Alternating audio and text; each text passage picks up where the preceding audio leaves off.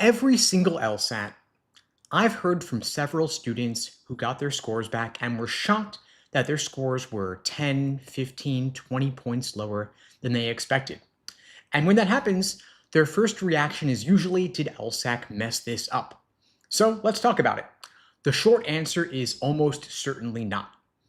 Now, first, you've got to understand something about score release. You only ever hear from the extremes. If someone scores within their practice test range, they don't post about it.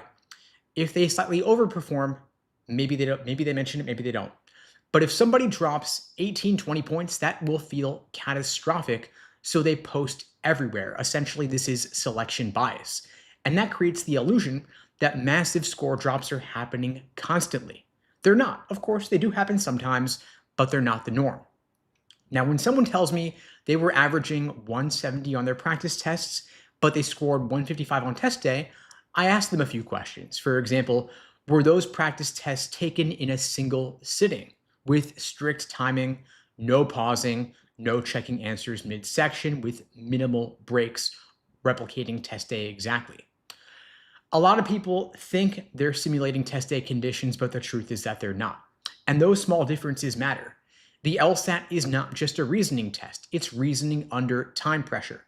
If you go 30 seconds too slowly per question, you might not feel it happening. But by question 22, you're rushed. By question 24, you're guessing. And that alone could cost you 5 to 7 points. And at higher score levels, the scale is especially unforgiving.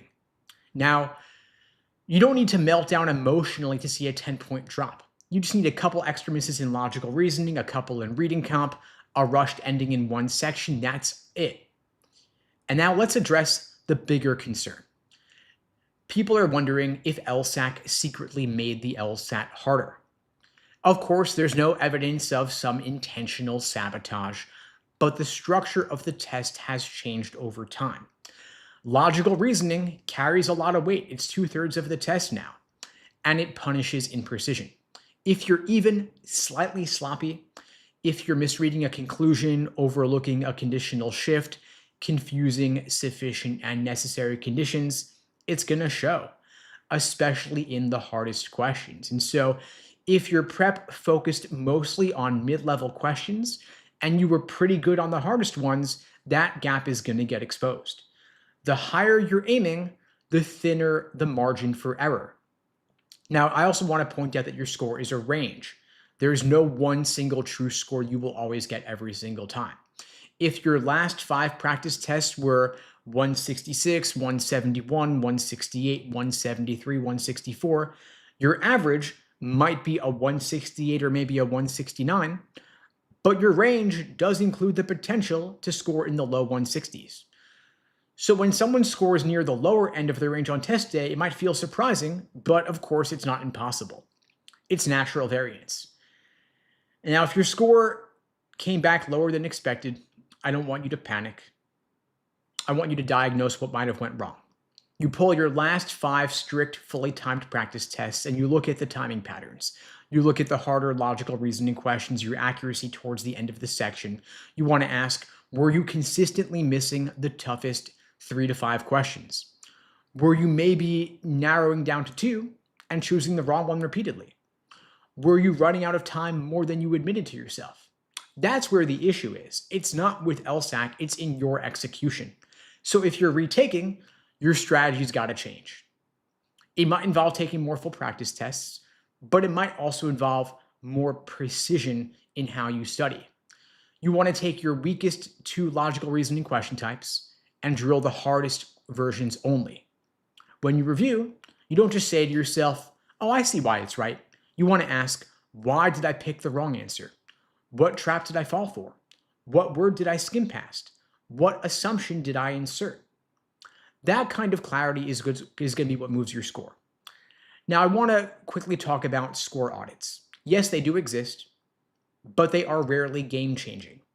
The LSAT is scored digitally, it's online, it's on a computer. True scoring errors are extremely rare. It's not like the old days where you were bubbling in pencils into a Scantron.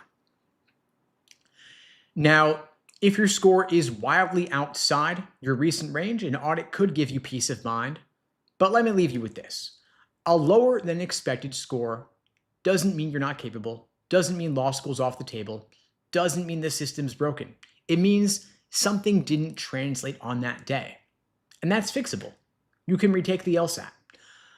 The students who improve are the ones who treat their score as information. Instead of asking, did LSAC mess up? Ask, where did I leak points? That's the question that actually moves you forward. And if you are planning on retaking the LSAT in April or June or August or beyond, I'm offering free LSAT tutoring lessons for everybody watching this now or later. The link to book that free lesson with me is unpluggedprep.com/start. The link is below the video on YouTube, pinned in the chat on YouTube, in my bio on TikTok and Instagram as well. That is an open offer for everybody watching this live, now or later. Open offer. And of course, I normally do these lives at 2 p.m. Eastern, 1 Central, 11 Pacific. But I'm doing this one a little bit early today because of the February LSAT score release. Scores are dropping in about 10 minutes or so. They might be live a little bit earlier in your lsac.org account, so you don't need to wait for the email. Just log into your LSAC account. It might be there in the next couple of minutes, and you'll get it a few minutes early if you happen to check there, rather than waiting for the email to come in. Now, I see some questions here in the chat. I'll get to as many of those as I can. Feel free to keep them coming. Just drop them in the chat. I'll answer the ones I feel best equipped to answer that are most useful for the greatest number of people, and I'll keep my answers as broad as possible to apply to the greatest number of people. I see Ryan is asking, is a 163 good enough to offset a relatively lower GPA? It could be. The question is, what kind of law schools do you want to go to? What are their medians? What are their requirements? If you want to go to a top 14 law school, you should know that their LSAT score medians are roughly 170 to 174. Their GPA medians are roughly a 3.9. And so if your GPA is below a 3.9, you would want to have a 175 plus to offset that. If you want to go to a lower ranked school where their LSAT median is below 163, then having above that median and having a 163 or higher might be sufficient. It's all relative. So you got to look at the specific medians, the stats, the data for those individual law schools. There are approximately 200 American Bar Association accredited law schools in the US, and they all have different requirements. If you just Google Yale Law School 509 or Harvard Law School 509, you will see the 509 reports for any given law school, and you'll get a sense of what kind of numbers you need to be competitive for a given school. But to be frank, a 163 is really not that high in general. I would recommend always aiming for a 180. No reason to aim for anything less, but for the better outcomes, I would want you to get high 160s, if not 170 or beyond, to get more scholarship money and to get into better schools, especially if you want to offset a relatively lower GPA. I see Kelly says, I never scored higher than 169 on a practice test, then scored a 173 on test day. That's awesome. You outperformed your averages. That's fantastic. Well done. Congrats. Some folks do better than their practice tests. Some do worse. Typically, I find that more students do worse than better. The typical drop is something like 5 to 8 points from practice test to actual. And a lot of that is due to nerves and anxiety, a bad proctor, tech issues, could also factor in as well a failure to properly simulate test day conditions. And so if your score did drop, you want to ask, was I strictly simulating test day conditions during all of my practice tests? The official LSAT test day conditions are you're doing 2 sections back to back. You then have a 10-minute break. You then have 2 more sections back to back, and that's the exam. Each section is 35 minutes with standard timing. So you're doing 70 minutes in one sitting, 10 minutes to stretch your legs, get a drink of water, go to the bathroom, you have a snack. You're then coming back and doing 2 more sections back to back. And so if you're doing 4 separate sections on 4 consecutive days, adding them up, that's not a practice test because you didn't simulate endurance. If you're taking a section, but in the middle you're checking your phone or talking to your roommate or your friend, significant other, whoever, that's also not a strict timed setting. And also there's just the nerves of it being the real thing. When you know it actually counts, that could stress you out a little bit. And so you want to take several practice tests under strict time conditions so that test day itself feels like just another run through and you've done it all before. One of the things we do for students in our LSAT coaching programs is we build practice tests into your study plan. We typically have you doing at least one timed practice test per week, and we have you doing at least 10 to 15 timed exams before test day so that the exam feels like just another run through. And of course, we've only got about 6 weeks till the April test. And so if you haven't taken any practice tests yet, you better get started with them. If you have the time in your schedule, I'd love for you to do 2 full exams per week timed. If you're busy with other obligations like work, school, family, of course, then just 1 exam per week could be sufficient. But you want to allow time to review it thoroughly, and you do want to take those exams under strict timed conditions. Now, I see Maris is asking about the remote testing. Are they getting rid of it? If so, do we know when? Yes, so LSAC is getting rid of the remote testing option starting after the June LSAT, beginning with August. No more remote testing with rare exceptions. So if you want to take the LSAT remotely from home in your own environment, at home in your apartment, dorm room, whatever, your last chances are the April and June LSAT for most folks. And the reason they're getting rid of remote testing is because there was a significant degree of cheating on the LSAT with the remote format. Some folks were having proxy test takers, other people taking the LSAT for them. They were installing software on their computers at home, having other people take it for them. They were also stealing unreleased LSAT content, which is problematic, of course, because LSAC reuses a lot of questions on multiple LSAT administrations. And so to maintain the integrity of the LSAT going forward, they're getting rid of the remote testing option after the June LSAT. So if for whatever reason you really want to take it remotely, your last chances are April and June. Starting August, you'll only be able to take it in person at a prometric testing center unless you have special medical accommodations, or it would pose a unique hardship for you to take the LSAT in person, meaning it'd be difficult for you to get there in person. Yeah, great question. So keep that in mind when you're deciding when you're going to take the LSAT and, of course, the format you're going to take it under. I do think, by the way, that part of what's contributed to LSAT score inflation has been the less stressful environment of taking the LSAT from home. And so if you feel like it would be less stressful for you to take it from home, then, of course, try to take it in April or June at the latest. Just scanning through here for other questions. I see AJ's asking, with a 3.8 GPA, what LSAT score is needed for a full ride, meaning paying zero tuition, getting your full scholarship, covering your tuition? Again, it depends on the law school that you're applying to. Depends on their GPA median and their LSAT median. For most law schools, a 3.8 GPA is a pretty solid GPA. It'll be at or above their GPA median. And so you're going to want to have a pretty good LSAT score as well to maintain both good GPA and good LSAT. Again, I always recommend aiming for a 180. I think a 170 plus is a realistic, solid target for you. But again, it depends on the school. For a lower ranked law school, having a 165 LSAT score might be sufficient to get you a full ride. For a higher ranked school, you might need a 170 or 175 to get a full ride. It's all relative depending on the school. But again, you've got a great GPA, you match it with a killer LSAT score, you could get into a lot of great law schools with significant scholarship money as well. I see Madison's asking, what do you recommend to prep for the June LSAT? So we've got about 3.5 months till the June LSAT. I think June is a great target test date because you take it in June. You've got the August LSAT as a backup worst case scenario in case you need to retake. And then you can apply the second that applications open in the fall. Now with June 3.5 months, there's plenty of time to work on each phase of LSAT prep. At LSAT Unplugged, we break your prep into 5 separate phases using the LASER approach. LASER is an acronym that stands for Learning, Accuracy, Sections, Exams, and Review.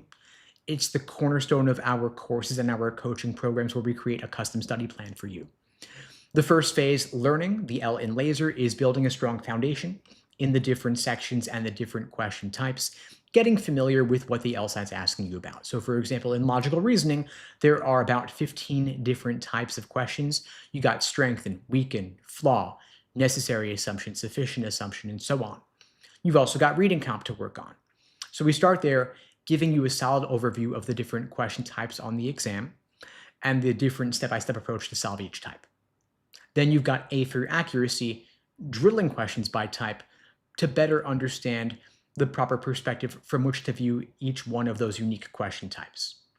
Then you've got S for individual sections, working on your pacing and time management. With standard timing, you have 35 minutes per section of approximately 26 questions or so. So you've got only about a minute and 20 seconds or so per question. Some are easier, some are harder. So you want to allocate your time accordingly, of course. Then you've got E for exams and endurance, doing full-length timed practice tests, properly simulating test day conditions. Then you've got R for review. We use the Socratic review method in our coaching programs. The way it works is we ask you a series of guiding questions to help you get to the root cause of what you're getting wrong and why. Because the thing is, we're not going to be there on test day. We can't take it for you, right? So we got to give you the confidence, the clarity, the skill to perform when it truly matters. And so we ask you, for example, was it your approach to the question that led you astray, or was it the text of the question itself? Was it a tempting wrong answer choice, or was it an unappealing right answer choice? Because if we can get to the root cause of what you're getting wrong and why, you won't make the same mistake again. And so over the course of approximately 3 to 4 months, I would devote on average 1 month to learning the foundation and drilling questions by type, 1 month to individual timed sections, then 1 month to full-length exams, building up your endurance. Of course, I wouldn't actually wait until month 3 to start doing full exams. I would incorporate them throughout, but each month would have that as an emphasis. Month 1 for foundational work, meaning learning and accuracy, month 2 for individual sections, month 3 for full-length timed exams, review using that Socratic review method incorporated throughout. If you're taking the LSAT in August, where you have closer to 5.5 months or so, you would just spread that out over a longer period of time. If you've got a year, spread it out even longer. And then again, of course, again, we customize every program for the individual student. It's not really a one-size-fits-all sort of thing because everyone's got their own unique weak areas, everyone's got their own learning style, and everyone's got different time in their schedule, right? So for example, if you're working full-time and you've got kids, it's going to be harder for you to fit in study time, and you might not be able to put in as many hours per week for your LSAT prep. If you've got more time to study, if you're only in college part-time, for example, or you are between jobs or you've got the liberty to do nothing but study LSAT full-time, of course, you can put in more hours per week. You might be able to knock it out sooner, and you could also do more questions of each type for your drilling, more full exams per week. And if you want to talk through your prep plan, of course, you could book the free LSAT tutoring lesson with me personally. Happy to meet with you, talk you through your plan of attack. The link is unpluggedprep.com/start. The link is below the video, pinned in the chat, in my bio as well. Lots of great questions, folks. Please keep them coming here. I'm just getting through the chat again for anything I missed. I see a question asking from Marissa, how many hours should I study per week studying for the June LSAT?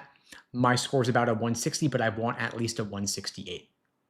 So the number of hours you should study is ultimately a function of the time that you could put in. If you have more time available, put in more time. Give it your all, right? I mean, an Olympic athlete doesn't ask how many hours per day or per week should I train. They just train as much as they are literally able to train without burning out. So I'd recommend the same for you. If you want a top level score, if you want a 168, 170, you want to be in the top 5% of test takers or so, give it your all. As a general rule, I would recommend maximum 5 to 6 hours per day of LSAT prep because we don't want you to burn out. The LSAT's not a test that you can cram for. It's not a test of memorization. It's a test of pattern recognition, building skills. That happens over time. But if you could put in 6 hours, I'd love for you to put in 6 hours. But also monitor your energy levels.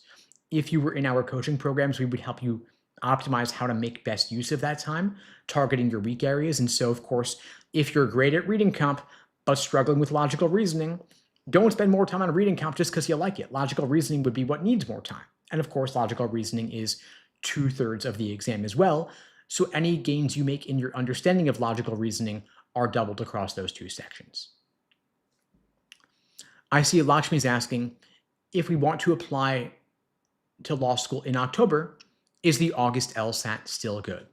Yeah, I mean, if you take the LSAT in August, the LSAT's typically administered 1 week into the month. roughly, and then scores come back towards the end of the month. And so you get your score back late August. You can apply in October, but here's the thing. Applications open in September, typically September 1st or September 15th. Maybe in rare cases, they open a bit later, like early October. They vary based on the particular school. But I would recommend if a school's application opens in September, if they're opening their doors in September 1st, why not apply September 1st? You've got several months to work on your application essays, right? So you could work on your application essays now, study for the LSAT now, take it in June or August.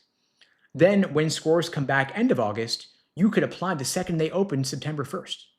So why would you wait a month to apply if you didn't need to, is my thought.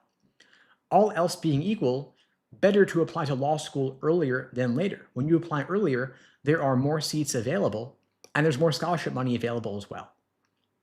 So speaking now in late February, I don't see a reason why you should have to apply in October. I would say apply in September if applications are open in September.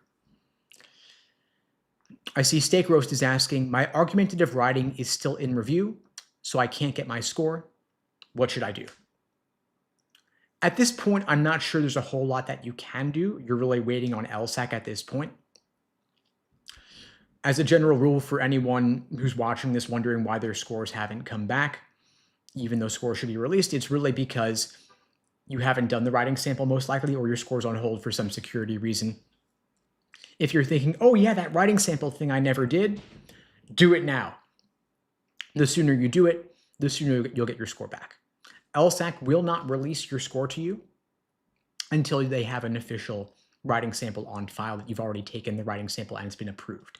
And so don't delay. For anyone who's watching this play on taking the LSAT in April or June or beyond, know that writing sample opens up 8 days prior to the start of the LSAT testing week. I typically recommend focusing on the scored portions of the LSAT first, and then giving yourself a day off because, hey, you deserve it, you've worked hard, and then doing the writing sample maybe a day or two after you take your official LSAT. Don't delay on it because you might forget, and because, again, they won't give you your score until they have reviewed the writing sample for any security issues, if the AI flagged anything in the background, for example. So I see the scores came out. Congrats to those who got your scores back. I see Yo got a 179. Awesome, congrats. That's a fantastic outcome. Congratulations.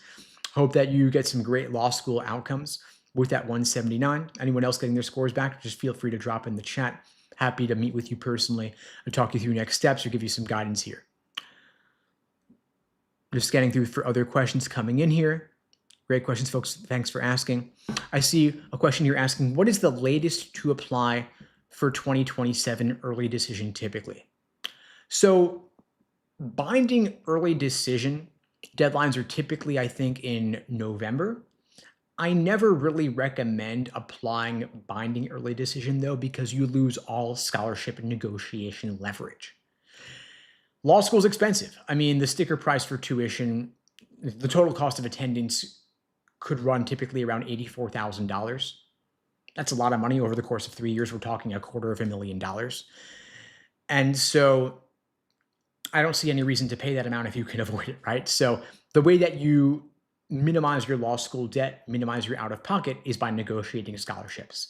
And you negotiate scholarships by maintaining the best possible leverage, as much leverage as possible. You have leverage for scholarship negotiations when you have strong numbers. If your LSAT score and your GPA are above the medians of the schools to which you're applying, law schools will incentivize you to choose their school over another by giving you more scholarship money. But if you've applied binding, you're saying to them, hey, I promise I will attend your school specifically if I am accepted, period, regardless of the financial aid they offer you. And so the question becomes, why would they offer you money if they didn't need to? Just look at it from their perspective in terms of incentives. Applying early, with not binding, of course, is great. And there's no reason not to apply early if you are able to plan ahead. And for anyone watching this now who is applying to law school this fall, you've got plenty of time to put your applications together and take the LSAT. You could take the LSAT in April or June or August. Work on your applications this summer and send them in the second applications open in the fall. So I'd recommend doing that if you can. And if you want help, I see Fien is asking for help with tutoring.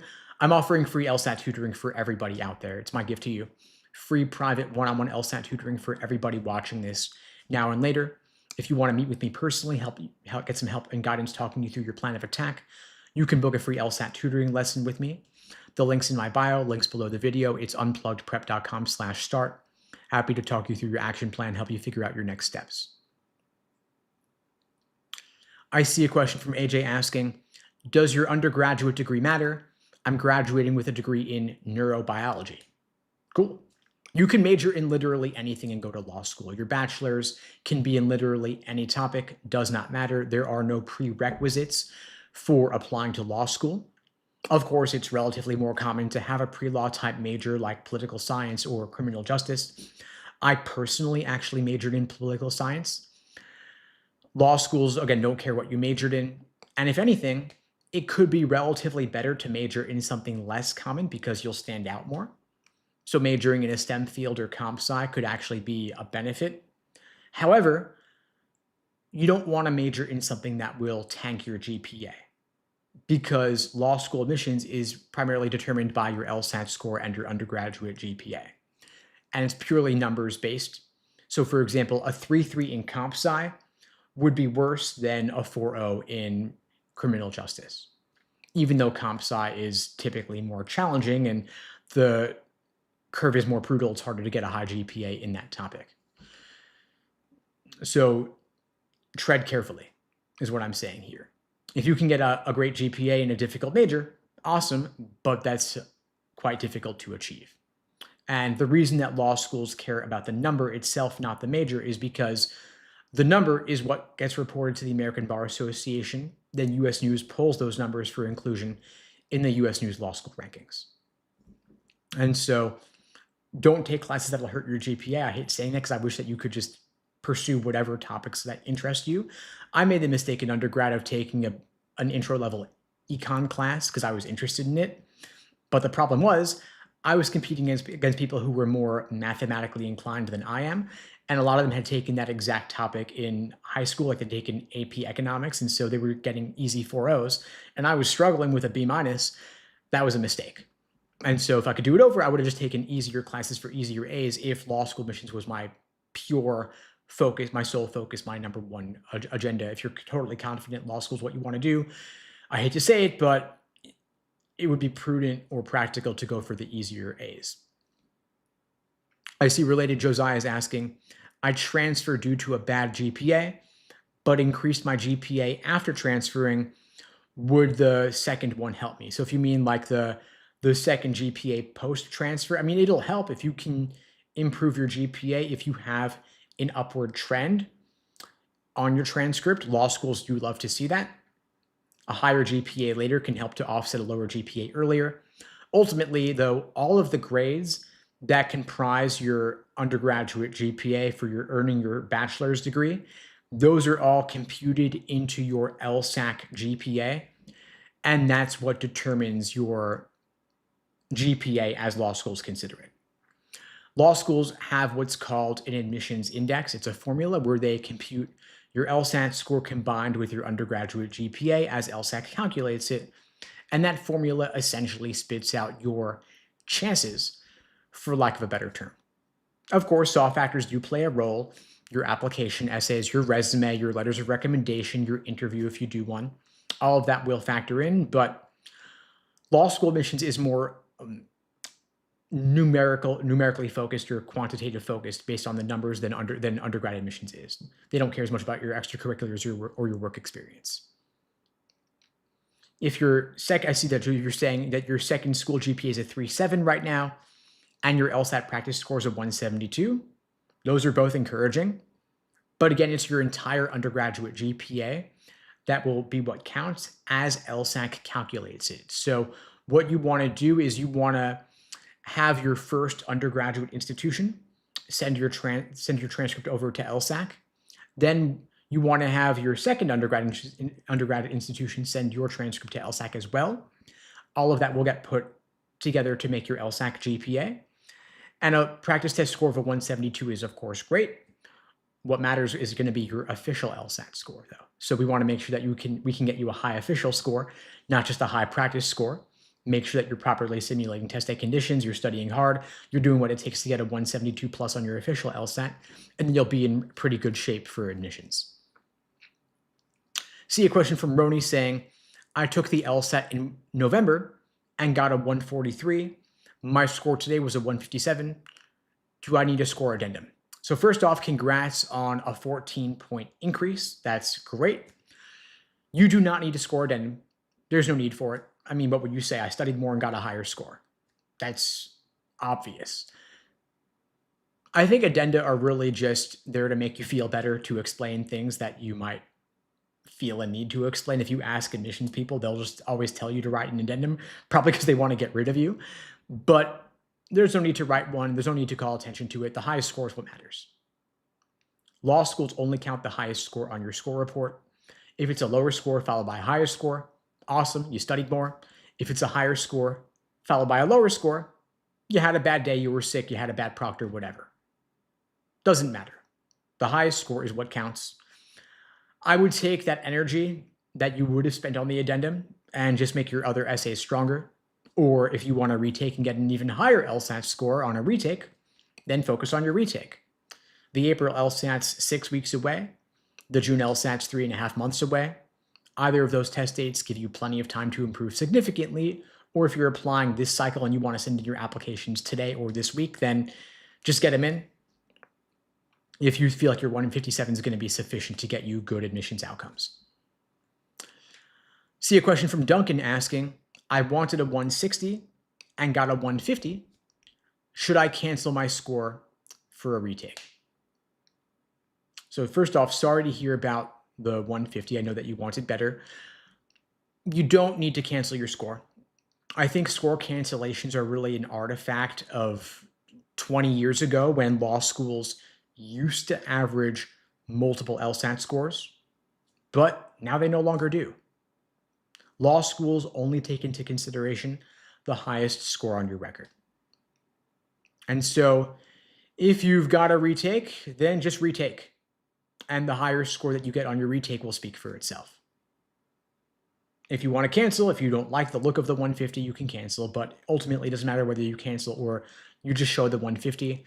If you don't cancel, if you do cancel, then the 150, then if you do cancel, then the 150 won't show, but they'll assume it wasn't a great score because who cancels a great score? The cancellation is assumed to not be good. So ultimately, just focus on your retake prep for June. I see you're taking in June. Awesome. You got 3.5 months. If you want to talk through what your June prep could look like, feel free to book the free tutoring with me and we could talk through it together. I see Terrell's asking, this is less LSAT focused.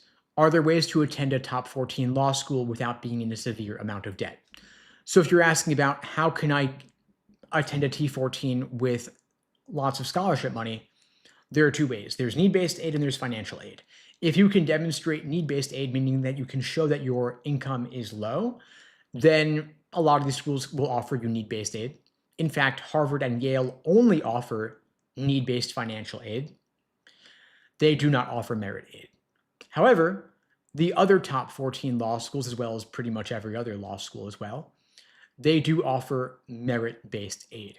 Meaning, if you have really strong numbers, really strong LSAT score, really strong GPA, really strong background in terms of your resume and your applications, they too, like the lower ranked schools, will offer you scholarship money to incentivize you to choose their school. That's how merit aid works.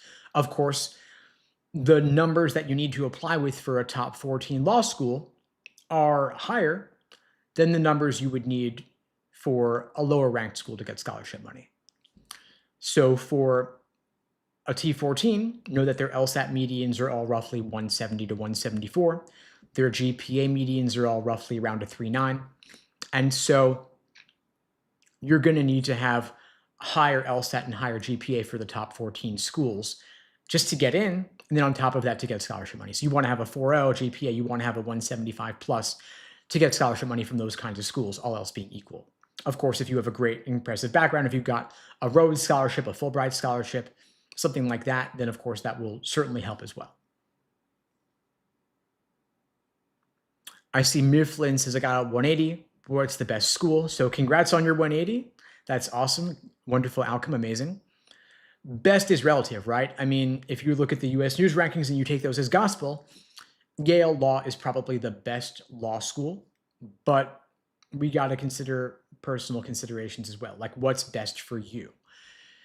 If you want a full ride to law school based on merit, Yale's not the best law school for you because they don't offer merit aid. You might want to go to a lower ranked school with more scholarship money. You also want to consider what you want to do with your law degree. Where do you want to live? Do you want to live in a certain region of the country? Do you want to practice a certain type of law? Do you want to go into big law? Do you want to go into the government work? Do you want to go into public interest? Different schools have different emphases. If you want to do a Supreme Court clerkship, Yale might be a good choice. If you want to go into academia, Chicago might be a good choice. Outcomes vary. You want to look at what kinds of pipelines different law schools have for particular employment outcomes. Just scanning through here for other questions in the chat. And by the way, folks, for those of you who got 175 or higher on your official LSATs, if you have teaching experience, we're always looking to hire great LSAT coaches. If you want to shoot me a DM or an email, happy to talk through what that could look like.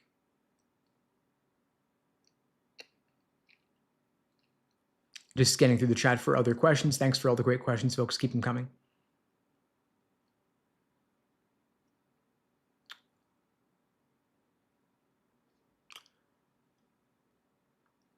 I see Roni's asking, I got a 157 on the LSAT. My GPA is a 384.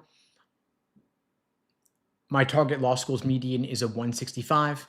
Can I apply now before the priority deadline and retake the LSAT in April? I mean, you can apply, but if they see that you're registered for an upcoming LSAT test date, they're typically going to want to hold off on rendering a decision until they see what your official LSAT score is. If you don't want them considering you without the April LSAT result, I probably just wouldn't even apply yet if you're really banking on that April LSAT score being higher.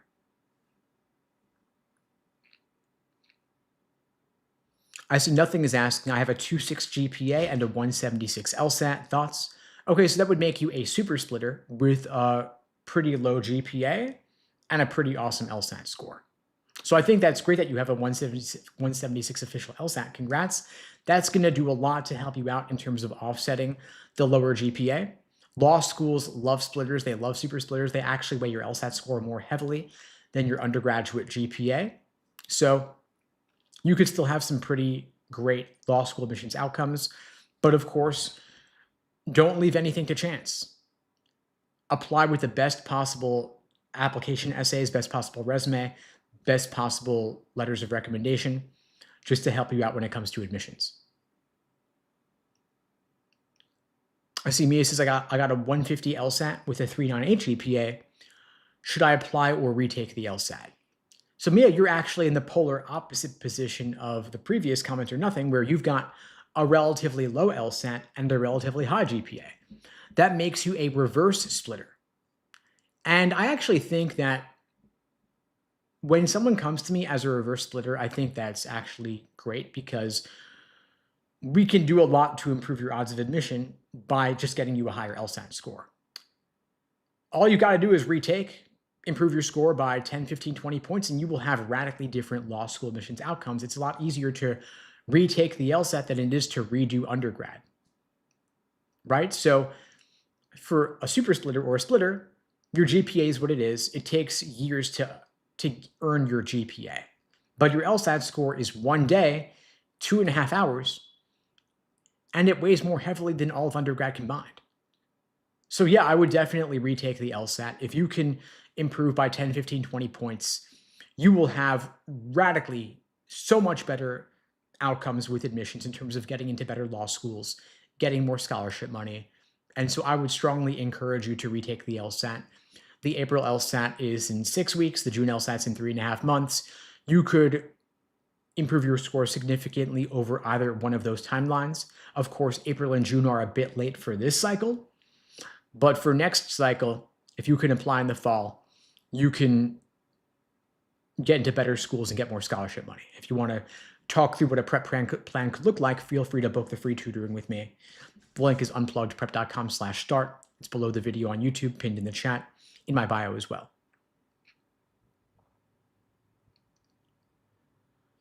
I see Terrell's asking, is freshman year undergrad too early to begin LSAT prep? It's a bit early, yeah. I mean, I'm not saying that you couldn't start now because your score is good for 5 years. You could take it in freshman year or sophomore year if you wanted to. But I do think it's a bit early because, first of all, freshmen change their minds many times in undergrad, often in terms of what you want to major in, let alone what you want to do with your career. And you also want to maintain a high undergraduate GPA. I typically recommend, if you're a freshman or maybe even a sophomore in college, focusing on getting a great GPA, making sure that law school is really what you want to do.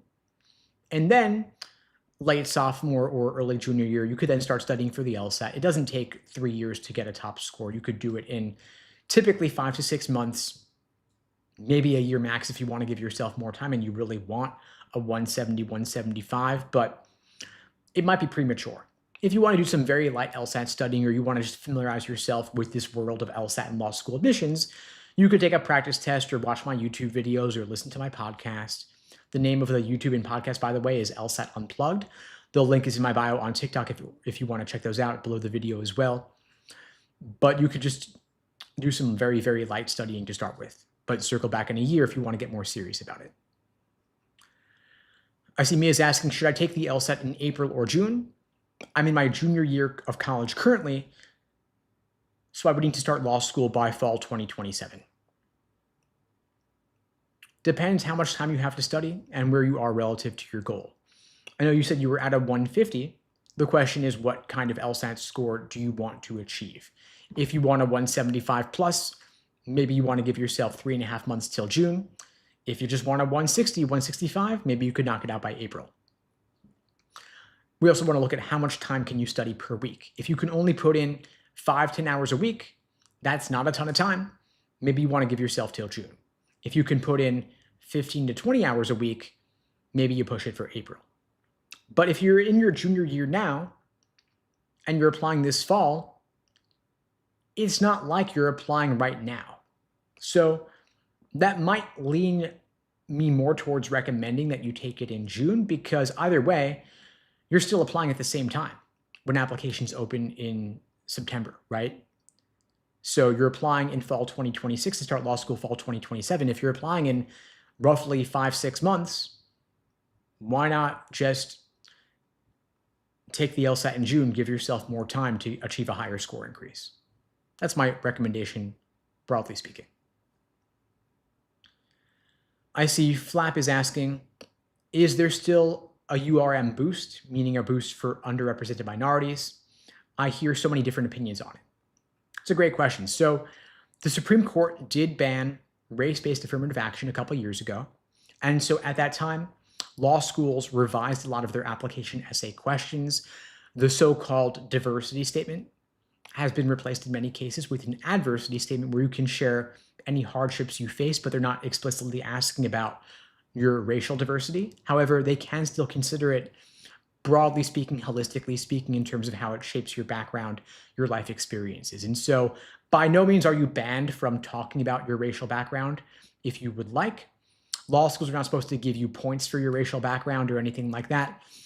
Do they still consider race? I would think that yes, probably they do.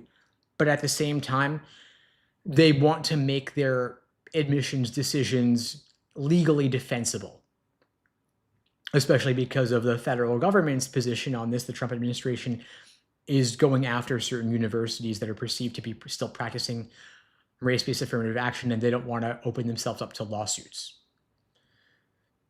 So I don't know that there's a technical boost in terms of points or anything like that, but if you are from an underrepresented minority group, of course, you can feel free to talk about that, and that may give you some advantage, even if law schools wouldn't tell you that. I see Cloudy's asking, do law schools see all your LSAT scores or just the best one? So law schools will see all the scores on your score report. They only consider the highest score for admissions purposes. They do not average multiple scores. And so you don't need to worry if you have a relatively lower LSAT score followed by a higher, or a higher score followed by a lower score. Whatever the highest score you have on your record is the one that will count. And if your score is not what you would have liked, you can cancel. If you cancel, law schools will, of course, assume that your score wasn't very good, because if it was good, why would you have canceled? Given the option for score preview. So don't stress it.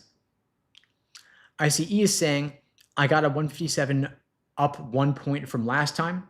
I feel like I could retake in June. If you feel like you should retake, then by all means retake. If you can get a higher score, even just a couple points more, that'll do a lot to help you with admissions, right? Especially if you get a 160. It's kind of crazy, but the data actually shows that having a score that's in a new decile, I guess is the word, like a 160 versus a 159, will help you more than just 1 point. Having a 170 rather than a 169 will benefit you by more than just a single point. Law school admissions officers themselves are susceptible to the optics of how much better that single point looks. So I would say, yeah, get yourself 3 points more at least, and you will put yourself in a much better position. Of course, aim for higher than 3 points more. If you're retaking in June, you've got plenty of time to improve significantly. Aim for a 180. Aim to get at least 10, 15 points more. If you've got 3.5 months, the sky's the limit. And then think about, what could you do differently next time around? Did you give it your all? Did you take enough practice tests? Did you review in sufficient depth? Did you take a course or to get coaching, or were you just studying with free stuff? Getting personalized feedback on what you're getting wrong to help you improve your studying, help you get more efficient, could really be a game changer. I see you're saying that you were PTing at a 165 and you don't know what happened. Okay, yeah, so that indicates that your potential is at least a 165. And if we don't know what happened, I mean, we could talk through it. If you want to book the free tutoring with me, we could look into your analytics. If you were studying with an analytics platform, look at your practice test results, see what you could have done differently. But yeah, score drops are often disappointing. Students often drop 5 to 8 points from their practice to the actual. And that could be due to nerves or anxiety or a bad proctor or a tech issue.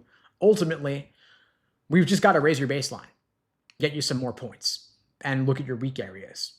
It could be a particular question type, particular method of reasoning, could be a pacing issue, time management, endurance. There are lots of reasons why somebody might score lower than their fullest potential. And so we got to dig into it beyond the context of a chat situation like this. Book the tutoring with me and we could talk through it more. But yeah, definitely retake, definitely aim to at least achieve that 165 plus. I see Chaboy saying, I got a 167, studied for 7 months, and got a 171, a 169, and a 173 on my last 3 practice tests. So right there, I'll stop and say, it's normal to drop a couple of points. I'm sorry that it happened, of course, but we know that you're capable of scoring at least 170 plus on a 173 on your best day. So yeah, I think that retaking is a good move. Let's get you a few points more. I see you're asking, how much more time should I study before retaking again? I think that you could achieve a 173 by April. I think that kind of 6-point increase is doable in 6 weeks, all else being equal. But again, the factors would include how much time you could study per day and per week. Are there any additional resources that you could have taken advantage of that you didn't, that you might want to next time around? And of course, how will you study differently for your retake? A lot of folks make the mistake of only drilling questions by type without taking a sufficient number of full practice tests. Then there are other folks who do nothing but take practice tests without building a strong foundation or drilling their weak areas. So we want to look at what particular areas might you have neglected in your prep up to this point that you could then adjust your study plan to account for. One of the things that we do for our students in the LSAT Unplugged coaching programs is we craft for you a personal study plan based on your weak areas, your learning style, your current LSAT score, and your goal score, and we map out what it would take to get you from here to there over that time frame. And so you could go for April, you could also go for June, you could even go for August. I don't think you need to, but look at what are your other obligations. Are you working? Are you in school? Do you have family obligations? Can you increase the amount of time per week that you devote to your LSAT prep? Did you have a structured study plan before? If not, if we get you a study plan targeting your weak areas, helping you raise your baseline, we could get you to 173 by April potentially. If you want to talk through it, we could discuss that on a call together. I see Pierre is asking, I struggle more with logical reasoning than reading comp. What should be my plan? Well, first off, I think that's great that you're struggling more with logical reasoning because logical reasoning is 2/3 of the test. So any gains you make in your understanding of logical reasoning will be doubled across the 2 sections. In other words, there's more low-hanging fruit there because any gain you make is doubled. So all else being equal, I would recommend that anybody focus more on logical reasoning, in your case especially so. Now, in logical reasoning, you've got roughly 15 or so different types of questions based on the question stem. You've got strengthen, weaken, flaw, necessary assumption, sufficient assumption, and so on. There's also reading comp to work on as well. Then there's pacing and time management, doing individual sections, and full-length exams to build up your endurance. We got to cover all of that by test day, but to start with, we might want to focus on the foundational question types in logical reasoning. The 3 most common types of questions in logical reasoning are necessary assumption, inference, and flaw. So I would start there. Those types are more common, so you will get relatively more of a score increase by focusing there than on the less common types like parallel or evaluate the argument. I know that everybody hates parallel reasoning questions, but the truth is that there just aren't that many of them, and they're harder on average. And given that every single question on the LSAT's worth the same, why wouldn't you focus on the easier question types that are more low-hanging fruit? Necessary assumption, for example, is like a very specific kind of must-be-true question. They're asking you what needs to be the case in order for this argument to work. Meaning, if that thing were not the case, the conclusion would fall apart given the evidence and the argument no longer functions. The way you solve these questions is through negation. You run through the choices asking yourself, does this need to be true? If it weren't true, what would happen? The correct choice when negated destroys the argument. Then you've got inference questions. And inference is basically an umbrella term for must be true and most strongly supported. Less common, you have cannot be true. Must be true is literally just asking you what needs to be the case, what must be the case based on this argument. Given the information in the stimulus, meaning the fact set or argument, what else also needs to be the case? So you make an inference. You might paraphrase part of the stimulus or combine two different parts of the stimulus together. What must be the case with 100% certainty? In contrast, you have most strongly supported questions, which are asking you what is incredibly likely based on the stimulus, but is not necessarily 100% guaranteed. Like what would be a reasonable assumption based on the passage, based on the stimulus? Then for flaw questions, they're asking you what is wrong with the argument. What crime has the argument committed? You're looking to identify the problem. And so those could be asking you for a classic logical fallacy, like confusing necessary and sufficient conditions, or correlation versus causation, or ad hominem personal attacks. You want to familiarize yourself with the classic logical fallacies. You then have more arguments that are where the flaw is unique to that particular situation, like just what did they fail to consider? And so you want to read critically. You want to ideally go into the choices already having a general sense for yourself of what is wrong with the argument. In other words, pre-phrasing it, having a prediction in mind of what the flaw is. If you have that in mind, it'll be easier to spot the right answer when you see it in the choices, because your own articulation will undoubtedly be a lot more clear than LSAC's articulation. And if you're struggling with particular types of logical reasoning questions, you could feel free to book the free tutoring with me, and we could talk through those types as well. I see Claire is asking, do you help with essays? Yeah, we do. So we help you with your personal statement, diversity statement, or adversity statement, optional essays, addenda, help requesting letters of recommendation. We do typically start you off with your LSAT prep, though, because that's going to be the biggest ROI on your time invested. Your LSAT score weighs more heavily than any other factor in admissions. And so why would we optimize or fine tune your personal statement if your LSAT score is still subpar? Instead, we want to raise your LSAT score and then switch gears.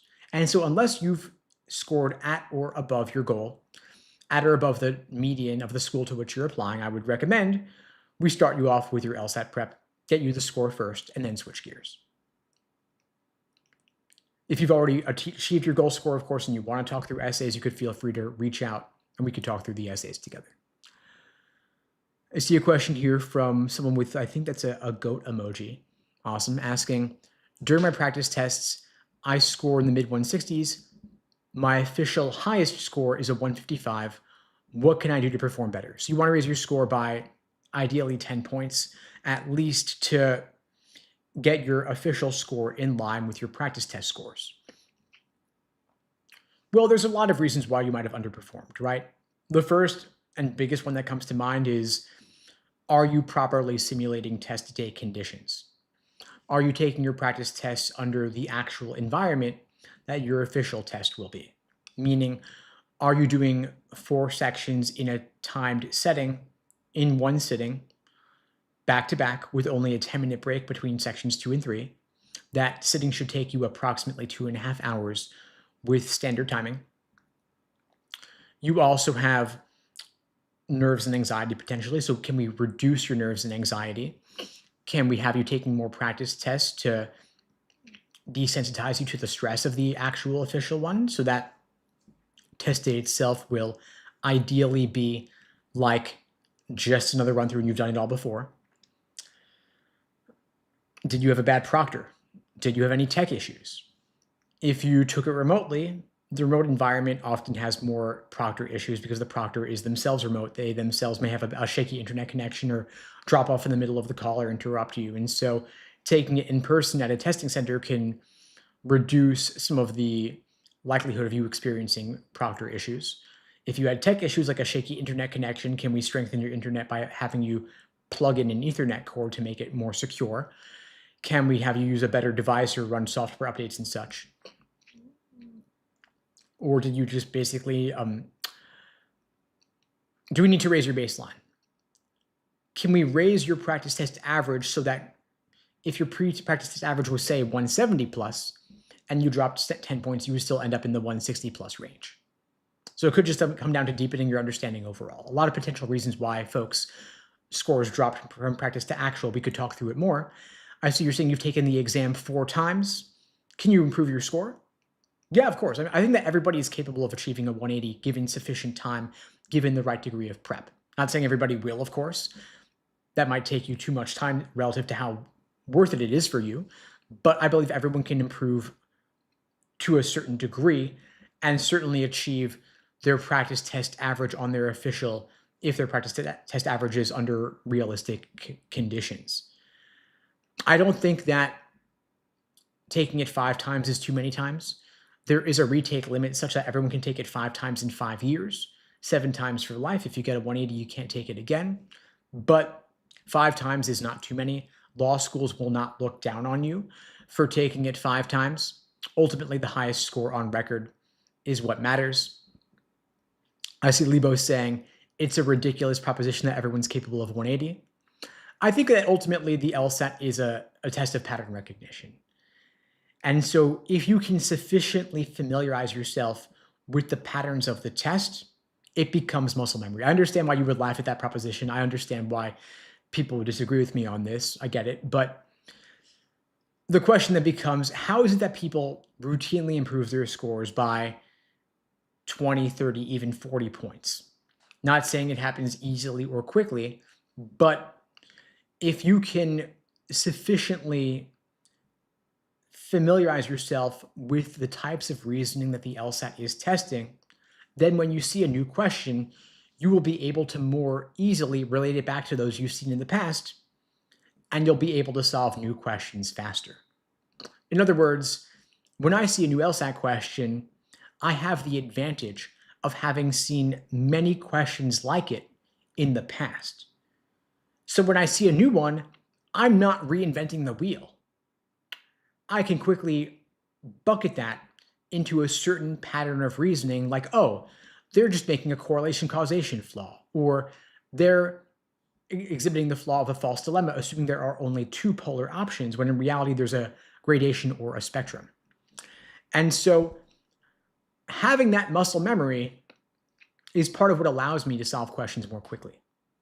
In contrast, if you've never seen a particular method of reasoning before, when you see a new one, you've got to then solve it from first principles. I'm not sure if that's the right term, but it's the idea that comes to mind, that you're basically thinking through it on the fly under timed conditions when you have the stress of the actual exam, which of course is less than optimal, to say the least. And so part of what we do in the coaching is we talk you through those patterns of reasoning. We help you understand them better so that when you see a new question, you can do that same process. And that's part of why we ideally have you go through question after question after question under timed conditions, then review them untimed, so that when you see a new question, you'll solve it faster as well. And part of what helps students score higher is that they have more exposure to all the different types of questions on the LSAT. Of course, some types show up more frequently, some types show up less frequently, and it's really just a matter of giving you that familiarity.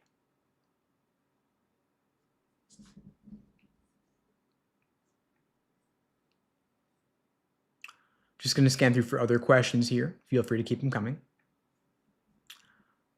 I see Claire Jim is asking, I got my score, but it also shows a range of my overall scores. What does the range mean? So LSAC has what they call a score band, or a margin of error, of roughly 3 to 4 points on each end. It's basically they're giving themselves a margin of error for the validity of the score. In practice, doesn't mean very much, but they're saying that if you scored a 170 on test day, it means that your range is roughly, what, a 166 to a 174, meaning that if you were to retake, you might get a 166, you might get a 174. Regardless, the LSAT is still considered a valid and reliable test. In practical terms, though, it means nothing, because the 170 to the 170, that's what schools will count.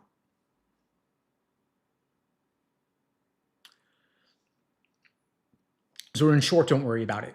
But also know that if you were to retake, and you could potentially do a few points higher, and that higher score is what would count, and that would help you for admissions, of course. Just scanning through other questions here. Keep them coming, folks. I see Lebo's asking, am I a masochist if I'm done with the LSAT and hated it, but now I'm hooked on this live? Well, I'm glad you're enjoying it. Yeah, I mean, this stuff is kind of interesting, right? Admissions is weird. The LSAT's weird. And it's kind of fun. I mean, I'm doing this for 20 years and I'm still not bored of it, so I can relate. I see Claire, you're asking, do schools look at the range at all? I mean, they'll look at it, but it doesn't really matter.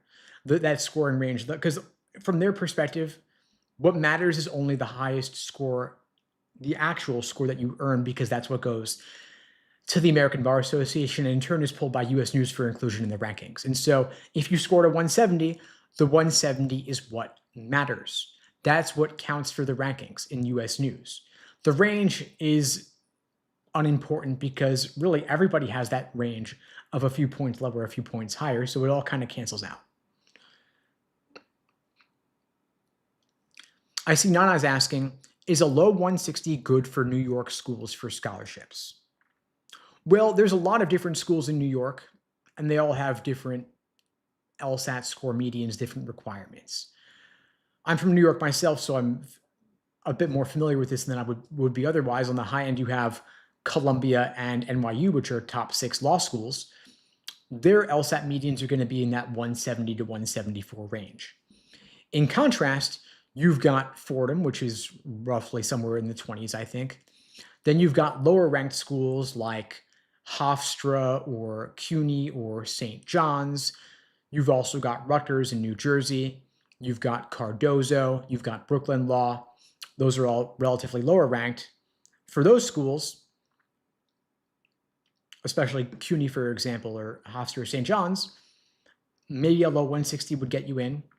Maybe it would get you some scholarship money as well. Certainly wouldn't for Columbia or NYU. I see Lebo saying, I go to a New York school with a scholarship and have plenty of classmates who got around there. Okay, yes, if you don't mind sharing, which school is it? You don't have to, of course. But yeah, with a lot of the schools I just mentioned there on the lower in the rankings, low 160s could get you scholarship money, without a doubt. It's all based on the medians of that particular school. So what you want to do is you want to look up for any given law school that you're considering, what's their LSAT score median, what's their GPA median. And the lower your GPA is, the higher you're going to want your LSAT score to be in order to compensate. Without knowing your GPA, I can't say what kind of LSAT score you're going to need, but I can say that all else being equal, if you're assuming that you're at the GPA median, low 160s could get you scholarship money at some schools. And I see Lebo's saying 1L at Cardozo. So keep that in mind. Maybe look up Cardozo if you're interested. I see Stella's asking, I got a 155. I have a 4.0 GPA. I want to go in Ohio, not a T14, but I want scholarship money. Should I retake? So a 4.0 is a fantastic GPA. If we can match that with a great LSAT score, you can certainly get scholarship money. So yes, I would recommend retaking. As it stands right now, you would be considered a reverse splitter, meaning high GPA, low LSAT score, which is better than the reverse, like I said before, because we just got to raise your LSAT score. If you can retake the LSAT, get that score up 10, 15 points, even 20 points, you will have radically better outcomes. So let's talk about getting you 10, 15, 20 points more, get you the scholarship money. I would definitely retake.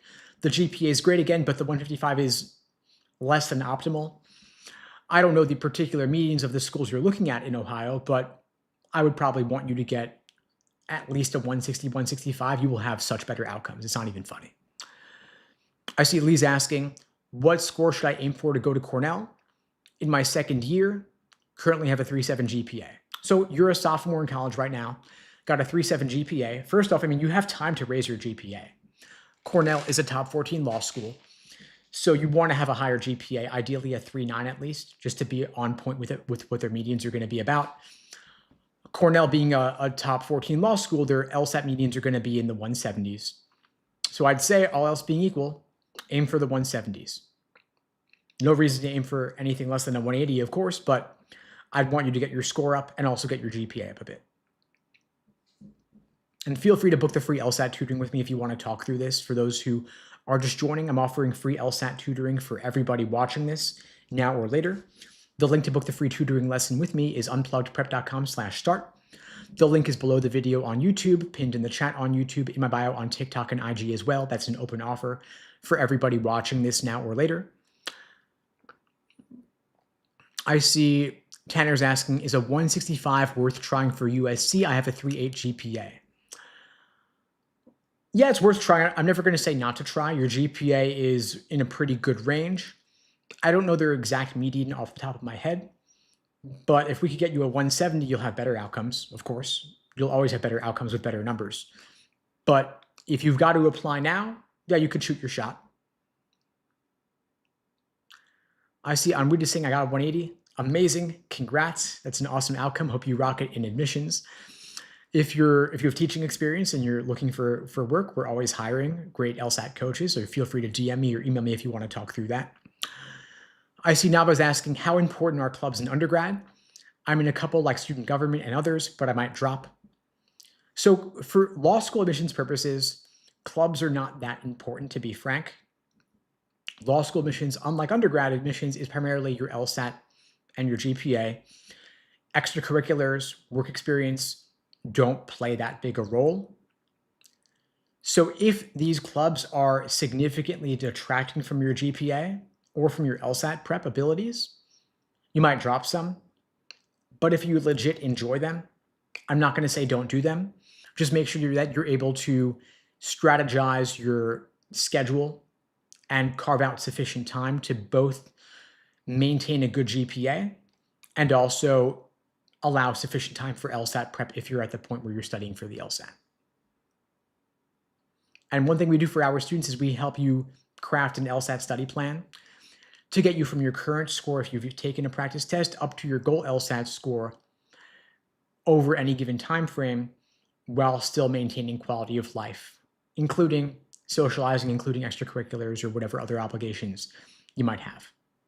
So feel free to reach out if you want to talk through that. Feel free to book the free tutoring with me. I see Jaden's asking, any advice for a person who's heading into their first year of college and plans to take the LSAT? So if you're starting undergrad this fall, I mean, you're way ahead of schedule. Just explore what you want to major in, what you want to do with your career. The LSAT's not going anywhere. Enjoy undergrad. You don't need to start your LSAT prep yet. I see Kimberly and Anna saying, Ballerina saying, Cornell. Did you get into Cornell? If so, awesome, congrats. I see Jay Lynn's asking, is a 155 okay if I'm not trying for a T14? I mean, a 155 is not a great LSAT score, to be frank.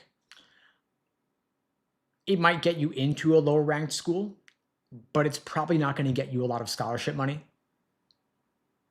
And to get into the best schools with the best scholarship offers, I'd want you to have at least a 160 to 165, all else being equal. If your GPA is stellar, maybe you'll still be okay. But why not aim for a higher LSAT score? It could be worth delaying a cycle. I hate saying that. I know that nobody ever wants to wait or delay things, but getting a better LSAT will get you more scholarship money, get you into better schools, get you better employment outcomes upon graduation, help you take on less debt. Well worth retaking to get a higher LSAT score. I see Sam is asking, does the strength of the school matter in terms of GPA?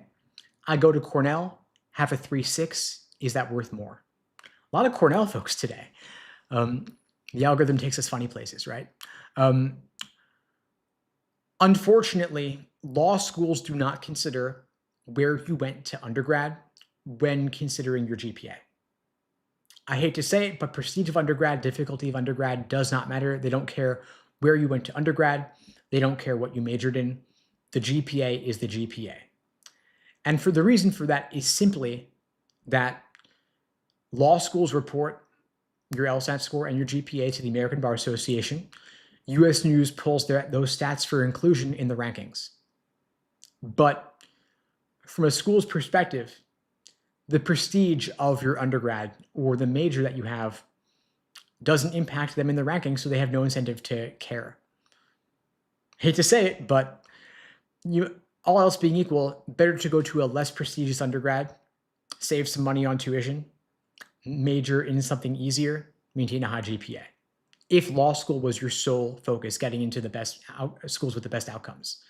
I wish that weren't the case, but that's just how it is when you look at it from incentives, and the data shows this as well.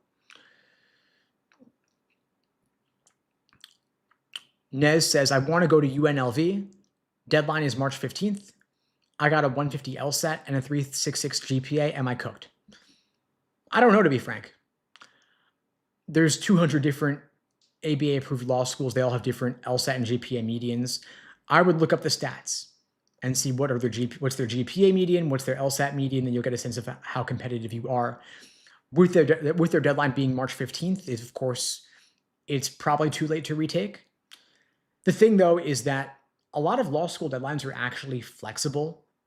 They're not fixed, meaning that if you reach out to a given school, they might be flexible and let you apply later.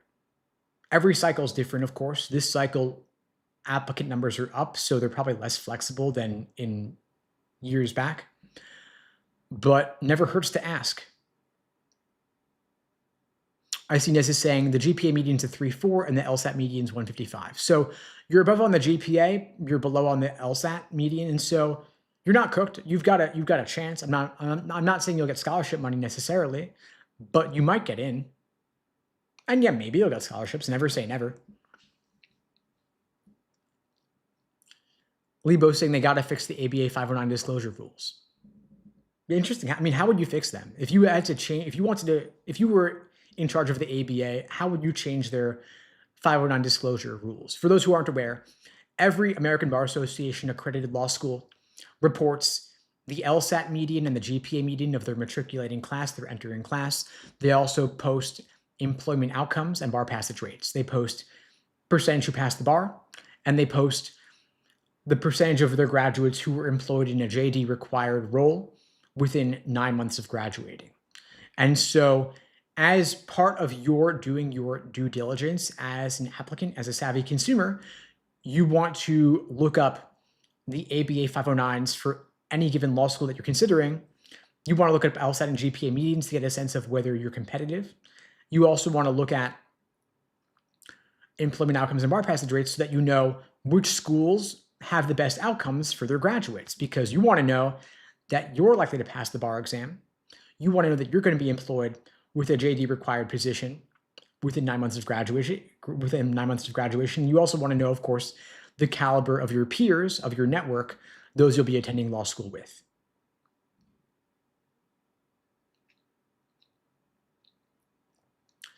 I see Tina saying, my writing sample has been rendered invalid 3 times. I didn't get my score today because I have to retake it. That's rough. I'm really sorry to hear that, Tina. I'd be curious why it was invalid so many times. I mean, there are some rules regarding how you take the writing sample. So, for example, you can't have anybody in the background talking to you. You can't have certain stuff in your background, like books and stuff. So I would look at why they said it was invalid, try to fix that issue so that it doesn't get rendered invalid yet a 4th time. I see you're saying it's because of how they didn't see my forehead to chin at all times. That's frustrating. Yeah, that's really weird. So it sounds like it was a camera angle sort of thing. So I'm wondering, can you adjust your webcam?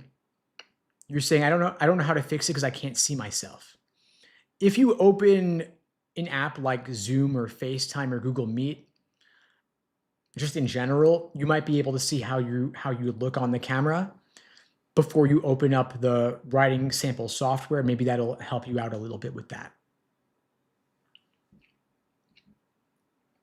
And look at the documentation on Prometric's site and see what they say about the writing sample and the camera angle. I see he's asking about the tutoring. So we customize every LSAT coaching program for the individual student, given your time frame and given your goals. And so if you want to talk through what a custom LSAT prep plan could look like for you, you could feel free to book the free tutoring with me. The link is unpluggedprep.com/start. The link's below the video, pinned in the chat, in my bio. Typically, for folks on a shorter time frame, like for the April LSAT in about 6 weeks, we'll give you a more intensive bootcamp style program where you get live coaching 7 days a week, along with a custom study plan, small group sessions in the evenings, and on-demand course as well. If you're taking it over a longer time frame, like for June or August or beyond, we'll spread it out over a longer time frame, maybe do coaching once or twice a week, not every day, of course, and we'll adjust your program accordingly to account for the time that you could put in. So again, we personalize every program. It's not a one-size-fits-all. So if you want to talk through it, you could book the lesson with me. I see Jeff is asking, what do I do if my LSAT score was low, but I have legal experience, like a good GPA and such? Well, if your GPA is good, if you have good work experience, my advice is always, let's just match that with a killer LSAT score. So if your LSAT's low, retake and get a higher score. And I know that's easier said than done, of course, but the LSAT's the biggest factor in admissions. So why wouldn't you retake it if doing so could radically improve your law school admissions odds? It's a single day, 2.5 hours. And if you're retaking, you've only got to study for another 6 weeks. And that could be as little as just taking one practice test each week and reviewing it in depth. Of course, the more prep you can do, the better. Up to a point, we don't want you to burn out, but you get out of this what you put into it. And if there's a resource or a support structure that you didn't take advantage of, but you could, that might change your outcomes a lot. And I see you're saying you took it 4 times so far, improved by 2 points. So first off, I mean, 2 points isn't nothing. 2 points can actually help quite a bit. But the question is, what will you do differently next time around? Because I know you took it 4 times already. That could be discouraging. I get it. But listen, if there is a prep resource or a type of studying or support that you did not take advantage of that you could, that could still radically change your outcomes. And so if you only self-studied with books or practice tests or PDFs, you didn't take a course, you didn't get coaching, or if it just wasn't that good before, maybe we get you some better support this time that could improve your score. And the thing is that when you're studying on your own, you don't know what you don't know. And so adding some expert guidance into the process could get you a pretty quick score boost. There could be a lot of low-hanging fruit. And so I don't know whether we've spoken before, Jeff, but if you want to talk through what your prep could look like for a retake, you could book the free tutoring with me. Happy to talk you through it. I see Susie's asking, is it true, though, that you only go up 3 points each month? Definitely not. I mean, I would be shocked if every single person studying for the LSAT consistently improved only 3 points for every single month of studying. I mean, wouldn't that be remarkable if every single person improved by the exact same amount? There is no hard and fast rule regarding how much you improve. Everybody's situation is different. We can talk averages, we can talk typical, but there really is no average and there's no typical, right? Because some people think they're studying when they're just listening to my podcast. Some people think they're studying when they're only drilling questions by type. Some people think they're studying when they're taking a single practice test per week. In reality, there are lots of different ways to study. There's drilling questions by type, there's doing individual sections, they're taking full-length exams, there's watching course lesson videos, there's getting private coaching.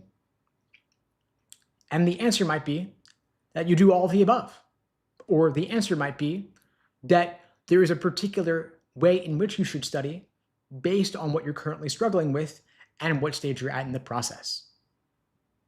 That's probably the answer in my view, that there's a personalized way that you should study based on your weak areas, your learning style, your current score, and your goal score when you're taking the LSAT, and how much time you can put in per day and per week. And that's why we create custom study plans for every single student in our programs. It is not a one-size-fits-all. There's not some general universal syllabus or template, right?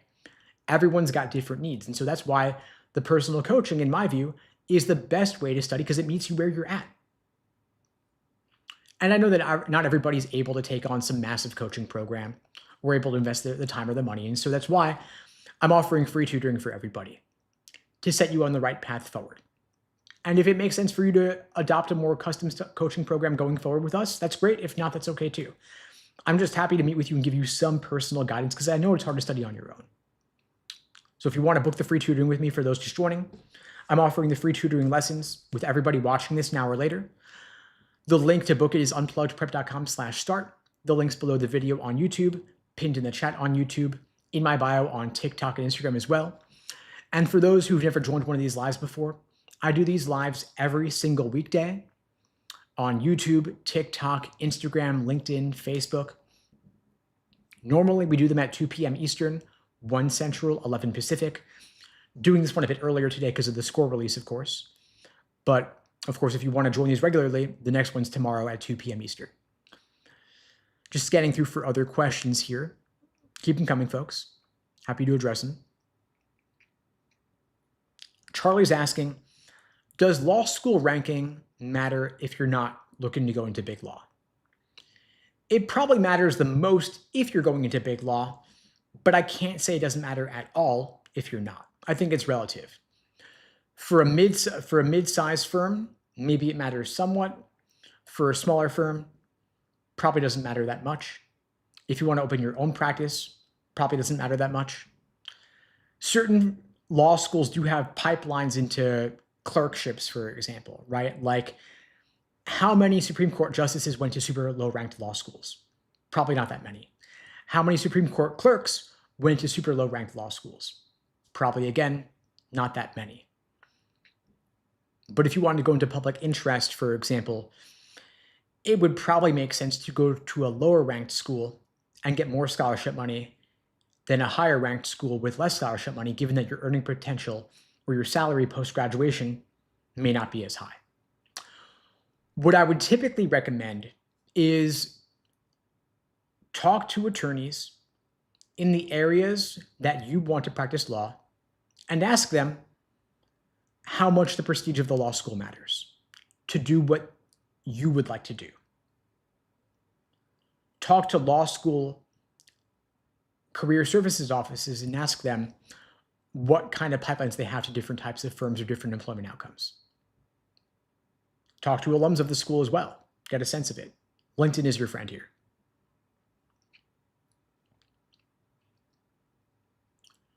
I see Samir's asking, I got a 159 on my first attempt. Am I cooked? No, not necessarily. The question is, what's your goal score? What's your time frame? And how much studying have you done so far? If you studied a tremendous amount and took every course and did every coaching program and got a 159, I'd say, yeah, you're maybe less likely to improve than someone who hasn't done all that. The less you've done so far, the more you have ahead of you and the more untapped potential you have available to you going forward. And so certainly retake, think about what you could do differently next time around to get that score up. And if you want to craft an action plan to get your score up, feel free to reach out. I see Jeff is asking, should I submit my application regardless of scholarship amount? I want to go to a low-tier school. So you want to go to a low-tier school and you also don't care about scholarships. Interesting. That's unique. Usually, the way that I would look at it, at least, and a lot of applicants look at this in my experience, is that typically you either want to go to a higher ranked school and you're willing to go there with less scholarship money because you're benefiting from the prestige, or you're willing to go to a lower ranked school in exchange for getting more scholarship money. If paying for law school is not an issue, you don't really care what you pay. If you have large savings or folks helping you out, that's a different story, of course. But typically, I would recommend that if you are going to a lower ranked school, you do so and get more scholarship money in exchange. And the way that you get more scholarship money is by applying with stronger numbers. If you can get a higher LSAT, you can get a higher GPA, you can get more scholarship money. And part of the reason why you might want to get the scholarship money is because lower ranked schools typically have worse outcomes when it comes to employment, when it comes to bar passage rates as well. And so you want to know that you're going to get a salary post-graduation that makes the law school worth attending. Typically, you're looking to improve your earning potential upon graduating from law school, and so you want to take on less debt for a lower ranked school because you may not be able to earn as much after graduating. Of course, you may have a unique situation, in which case maybe you're not as concerned about this, but just speaking broadly for those who might be watching as well. I see he's asking about the free tutoring lessons. If you check my calendar and see what's available. If you don't see a time that works, you can always DM me or email me and I'll do what I can to work with your schedule. Pasta saying, I've been stuck in the high 150s for months. Help, what do I do? Okay, so if you've been stuck, if you've plateaued, the question is why? Ultimately, you got to change the variables to change the equation. And so if there's some resource, if there's support that you haven't pursued, now may be the time. We want to look at your weak areas. Is there a certain question type that you're struggling with in either reading comprehension or logical reasoning? Is there a certain method of reasoning that's giving you particular trouble? Have you been drilling questions but neglecting full exams?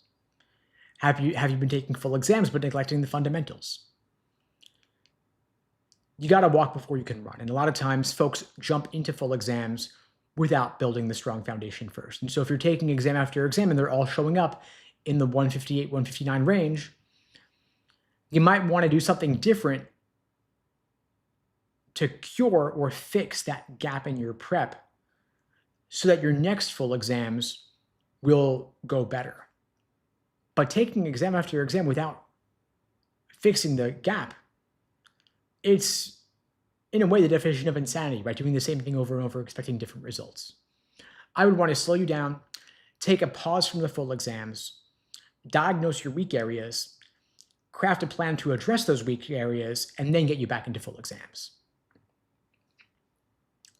But there's no point in burning through valuable limited practice material if you haven't yet learned the fundamentals or you haven't fixed those gaps in your understanding. So I would start there. And so to Kevin's question here, it's not drilling or taking more tests. It may be one or the other, but I can't say exactly which one it is. Drilling has its benefits to understand the particular question type. Taking more exams has the benefit of simulating test day, building up your endurance, working on your pacing.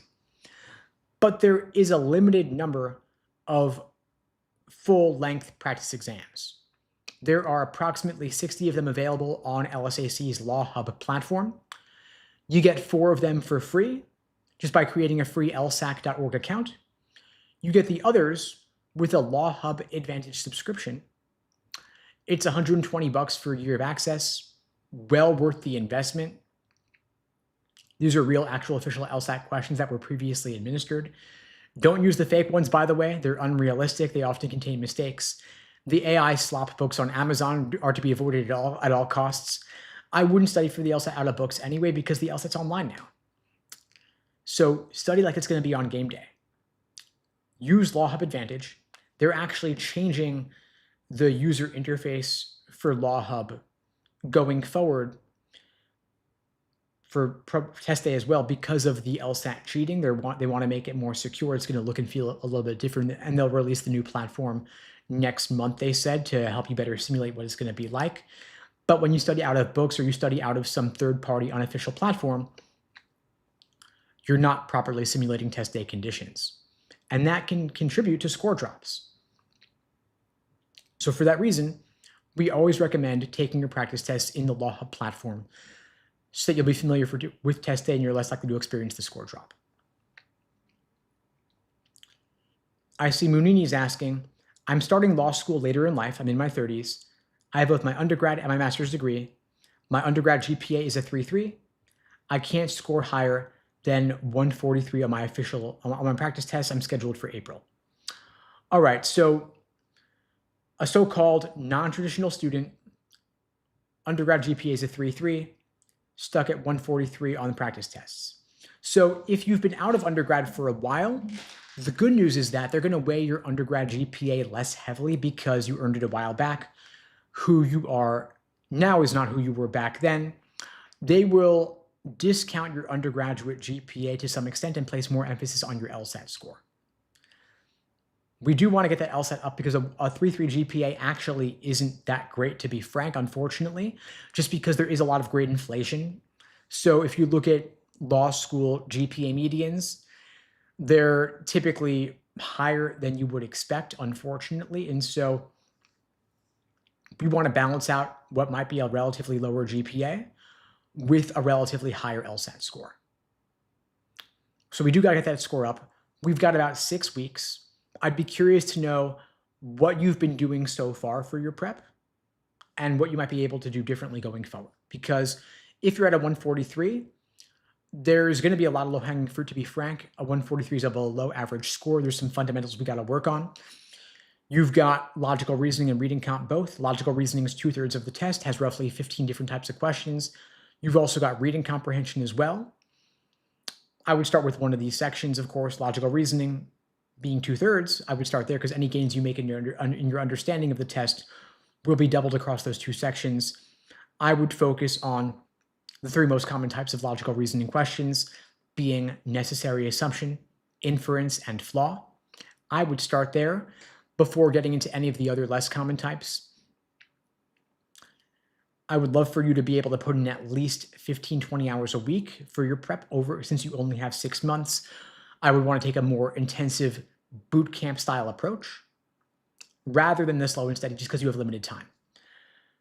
You might also want to consider going for June rather than April just to give yourself more time, because ideally I would want you, like anybody else, to get at least a 160 plus for better outcomes. So we want to improve your score by roughly 20 points. 6 weeks is a bit tight. Can you do it?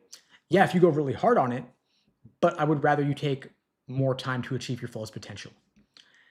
And if you want to talk through it, of course, you could book the free tutoring with me. The link is unpluggedprep.com/start.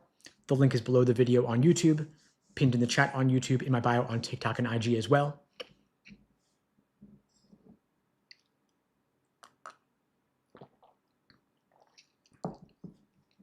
I see Apples is asking, if I'm scoring around a 160 on logical reasoning section drills right now, how do I get to a 170? So the truth is that section drills and full exams are two different things, right? Because a full exam, you have the endurance factor, the stamina factor. When you're doing individual section drills, you're working on pacing, but not stamina. And so to get you to 170, we both have to raise your accuracy on the sections and also work on your endurance, pulling it all together with full exams. So I would want to see first, how can we build your baseline understanding? Can we increase your accuracy first and foremost? Are there particular weak areas in terms of question types or methods of reasoning in logical reasoning? Let's isolate those and improve your understanding there, then pull together with full-length exams. And so my study plan for you Apples would include both targeting weak areas for those drills, then also building up your stamina doing full exams. And if you want to talk through what your study plan could look like, you can book the free tutoring lesson with me. The link to book it is unpluggedprep.com/start below the video on YouTube, pinned in the chat on YouTube, in my bio on TikTok as well. I see that when you have unlimited time, you're doing better than is dropping with timing. Yeah, that's only natural, right? I mean, everybody does better with unlimited time. The time constraints are a major part of what makes the LSAT difficult. And so untimed work in a way is not reflective. When people say, my untimed exams are 170, my timed exams are 150. I'm like, well, yeah, because timing makes things harder when you got that constraint in place. It's harder when you have to go faster. And so we often want to transition you from doing untimed drills to doing timed sections, then from timed sections to full exams. Those are separate phases of prep. Accuracy with drilling, pacing with time management, endurance with full exams. Now I see a question about accommodations. So you can apply for accommodations on the LSAT to get extra time, to get extra breaks. Typically you get those with documentation from a qualified professional, could be a primary care physician or a psychiatrist. With that documentation, a statement of need, you could get time and a half, you could get double time.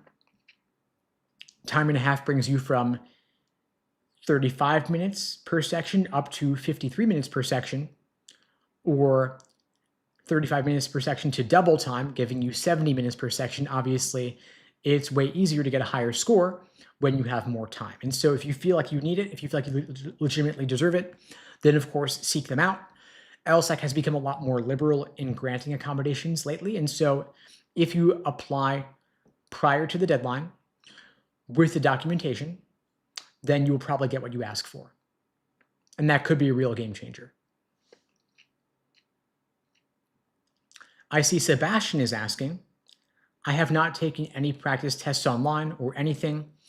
I did a practice test out of a book 2 years ago as a freshman and got a 170 adjusted. I've been working in a law firm since I was 18. My dream school is Yale. What do you recommend? Okay, so the LSAT has changed, of course. They've removed logic games from the test. They replaced logic games with the second score logical reasoning section. The LSAT is not out of books, of course, it's online now. And so I would recommend take a practice test in the current format, online, without logic games. You could take one for free on the LSAC website. Take one there, see where you stand, take it under timed conditions, use exam mode, not self-paced mode, so you'll see what a full sitting is like. And that'll give you a baseline from which to measure your later future progress. Of course, don't take it as being indicative of your potential. Cold diagnostics are often discouraging, but use it as a benchmark from which to measure your later future progress. Just know that it tells you what you already know, which is that you have not yet learned the basics of the LSAT, but of course you can over time. You can improve significantly from whatever your starting point is. Having law firm experience is, of course, helpful. Law schools do love to see that you have work experience and real-world exposure to the practice of law. And if you want to go to Yale Law School, know that their LSAT medians is, I think, a 174. Their GPA median's around a 3.9. And so consider, what's your GPA relative to their median. If your GPA is below a 3.9, you want to be above a 174 to compensate. And also know that law schools are always looking to raise their medians to raise their standing in the rankings. And if you want to talk through what your prep plan could look like, I'm offering free LSAT tutoring for everybody watching this now or later. The link to book that free tutoring lesson with me is unpluggedprep.com/start. The link is below the video on YouTube, pinned in the chat on YouTube, in my bio on TikTok and IG as well. For those just joining, I do these lives every single weekday. Same place, YouTube, TikTok, Instagram, LinkedIn, Facebook. Normally, I do them at 2 p.m. Eastern, 1 Central, 11 Pacific. Today's was a bit earlier because of the February LSAT score release. I'll be back tomorrow at 2 p.m. Eastern. If you find these helpful, please spread the word. The only way this grows is through word of mouth.